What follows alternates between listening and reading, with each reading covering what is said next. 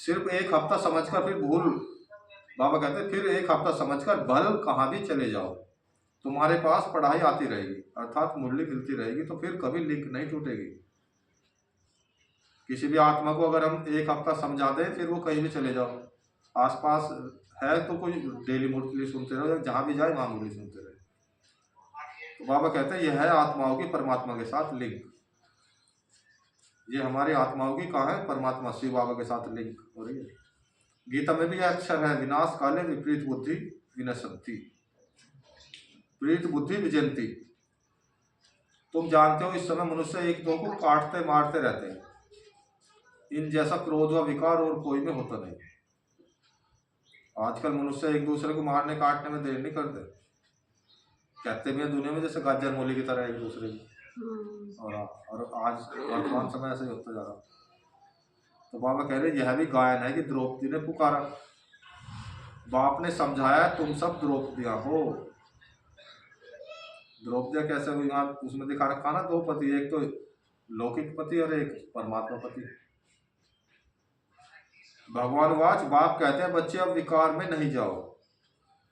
शिव बाबा का कहना है हमसे, मैं तुमको स्वर्ग में ले चलता हूँ, तुम सिर्फ मुझ बाप को याद करो। अब विनाश काल है ना, किसकी भी सुनते नहीं, लड़ते ही रहते हैं। बाबा कह रहे विनाश काल है ना, किसकी भी सुनते नहीं, लड़ते ही रहते हैं।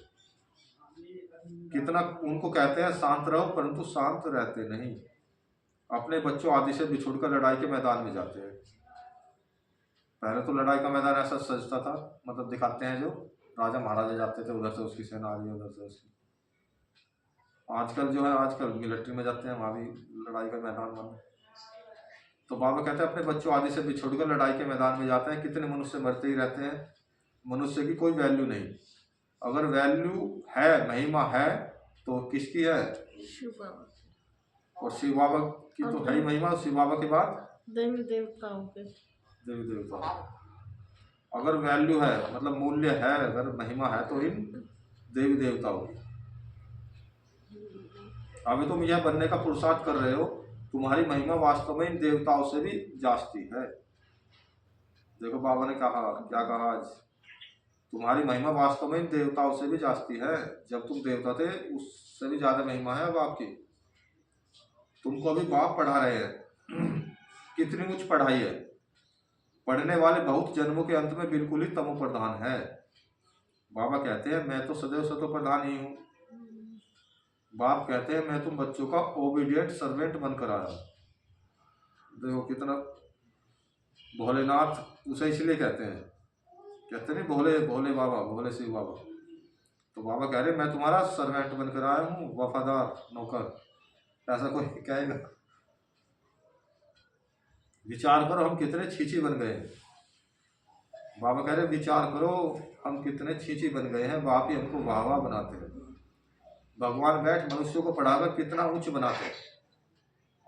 बाप खुद कहते हैं मैं बहुत जन्मों के अंत में तुम सबको तमो प्रधान से सतो प्रधान बनाने आया हूं, अभी तुमको पढ़ा रहा हूं। बाप कहते हैं मैंने तुमको स्वर्गवासी बनाया, फिर तुम नरकवासी कैसे बने, किसने बनाया? बाबा प्रश्न पूछ रहे हैं किसने बनाया? माया ने, माया ने बनाया ना। आगे बाबा कहते हैं गायन भी है, विनाश काले विपरीत बुद्धि विनशंति, प्रीत बुद्धि विजयंती। तो हमारी तो प्रीत बुद्धि है ना शिव बाबा से, तो हमारी विजय निश्चित है। बाबा कहते हैं फिर जितना जितना प्रीत बुद्धि रहेंगे, अर्थात बहुत याद करेंगे। प्रीत बुद्धि का मतलब बताया बाबा ने, बहुत याद करेंगे, उतना तुम्हारा ही फायदा है। लड़ाई का मैदान है ना, कोई भी यह नहीं जानते हैं कि गीता में कौन सी युद्ध बताई है। तो हमने तो जान लिया गीता में अहिंसक युद्ध थी, हिंसक युद्ध नहीं थी।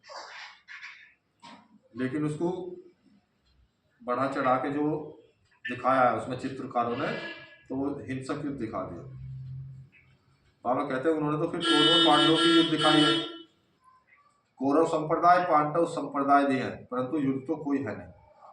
पांडव उनको कहा जाता है जो बाप को जानते हैं, बाप से प्रीत बुद्धि है।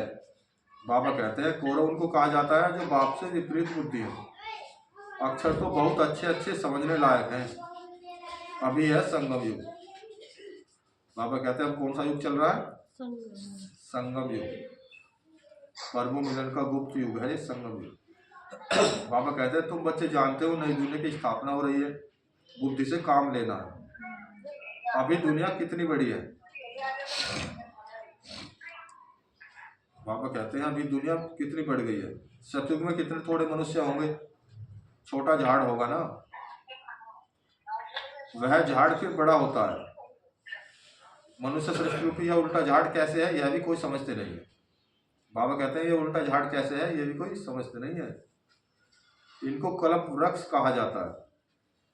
तो उल्टा झाड़ बताया बाबा ने, जैसे दुनिया का झाड़ है तो नीचे धरती में बीज बोते हैं तो ऊपर को उगता है, लेकिन इसके बीज रूप परमपिता शिव परमात्मा ऊपर रहते हैं, ये मनुष्य सृष्टि नीचे। ऐसा उल्टा झाड़ है। मनुष्य सृष्टि रूपी यह उल्टा झाड़ कैसे है यह भी कोई समझते नहीं है।